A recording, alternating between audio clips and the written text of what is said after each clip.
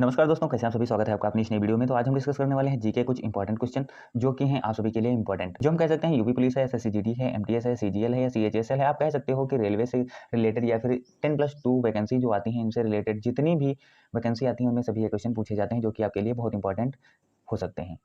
इस वीडियो का पहला क्वेश्चन आप सभी के सामने है जो कि कुछ इस प्रकार से है। भारत के राष्ट्रपति की तुलना किस देश के साम्राज्य से ली गई है? भारत का जो राष्ट्रपति है उसकी तुलना किस राष्ट्र के सम्राट से की गई है? तो सही जवाब जो होगा वो ब्रिटेन। किसके? ब्रिटेन साम्राज्य के सम्राट से ली गई है। ठीक है, अगले प्रश्न की ओर बढ़ते हैं। अगला प्रश्न नंबर 2 है, भारत में कार्यपालिका का अध्यक्ष कौन होता है? भारत में जो कार्यपालिका है उसका अध्यक्ष कौन होता है? तो इसका सही जवाब जो होगा वो राष्ट्रपति होगा। ऑप्शन नंबर ए जो है एकदम करेक्ट हो जाएगा। अगले प्रश्न की ओर बढ़ते हैं। अगला प्रश्न नंबर 3 है, भारत का राष्ट्रपति होता है। भारत का जो राष्ट्रपति है वो होता है, क्या होता है? राज्यों का प्रधान होता है। क्या होता है? राज्यों का प्रधान होता है।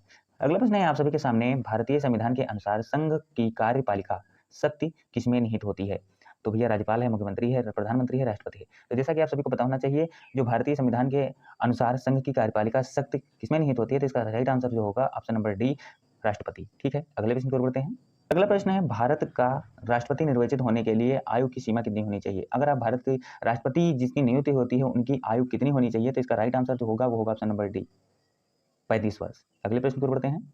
नेक्स्ट क्वेश्चन है, राष्ट्रपति का निर्वाचन किस प्रकार से होता है? राष्ट्रपति जो है उसका निर्वाचन किस प्रकार से होता है, या कह सकते हैं नियुक्ति जो है उसकी किस प्रकार से होती है? तो इसका सही जवाब क्या होगा? अप्रत्यक्ष रूप से। किससे? अप्रत्यक्ष रूप से। अगला प्रश्न नंबर 7 है, राष्ट्रपति के चुनाव के लिए प्रस्तावक एवं अनुमोदकों की कम से कम कितनी संख्या होनी चाहिए? राइट आंसर होगा ऑप्शन नंबर ए, 50 से 50 होनी चाहिए।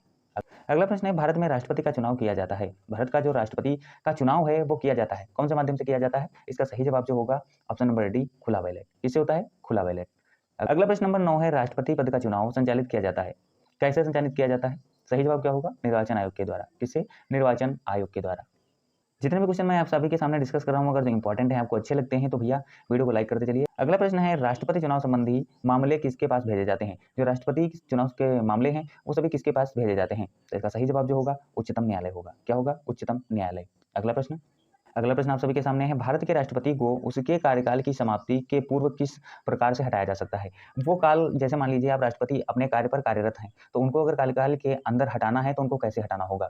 तो आप समझ सकते हैं इसका राइट आंसर जो होगा ऑप्शन नंबर बी, महाभियोग लगा के। क्या? महाभियोग के द्वारा। अगला प्रश्न नंबर 12 है, भारत के राष्ट्रपति को उसके पद से हटाने का अधिकार किसको प्राप्त है? अगर जो आपको किसी राष्ट्रपति को हटवाना है तो इसका अधिकार किसके पास होता है जो आप राष्ट्रपति को हटवा सकते हैं? तो सही जवाब जो होगा संसद से।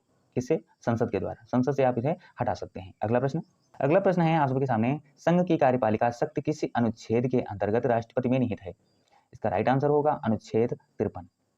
ऑप्शन नंबर सी एकदम राइट हो जाएगा। अगला प्रश्न है, राष्ट्रपति को कोई विषय पुनर्विचार के लिए मंत्रिपरिषद में भेजने का अधिकार किस संविधान संशोधन द्वारा प्रदान किया गया है? राइट आंसर होगा ऑप्शन नंबर बी, 44वें संविधान संशोधन। अगला प्रश्न है, वर्तमान में राष्ट्रपति का मासिक वेतन कितना है? मासिक वेतन कितना है राष्ट्रपति का? तो इसका सही जवाब जो होगा option number C, 5 lakh. 5 lakh रुपए प्रति महीने की दर से राष्ट्रपति को वेतन के रूप में प्राप्त होता है। अगला प्रश्न, इस वीडियो का लास्ट क्वेश्चन है जो आपको कमेंट करके बताना है इसका सही जवाब क्या होगा।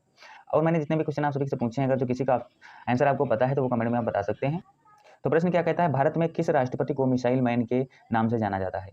ऑप्शन मैंने आपको नहीं दिए हैं क्योंकि आप सभी को पता होगा कि मिसाइल मैन के नाम से किस राष्ट्रपति को जाना जाता है। अगर आपको पता है तो कमेंट में जरूर बताएं, अगर जो नहीं पता है तो मैं अगली वीडियो में इस क्वेश्चन को डिस्कस करूंगा। तो अगर वीडियो हमारी अच्छी लगी हो तो हमारे चैनल को सब्सक्राइब कीजिए, वीडियो को लाइक कीजिए, दोस्तों के साथ शेयर कीजिए और कमेंट में जरूर बताएं कि वीडियो हमारी कैसी लगी। अच्छी लगी हो तो लाइक कीजिए, चैनल को सब्सक्राइब कीजिए। हम मिलेंगे नई वीडियो में और नई टॉपिक के साथ। तब तक के लिए जय हिंद और जय भारत।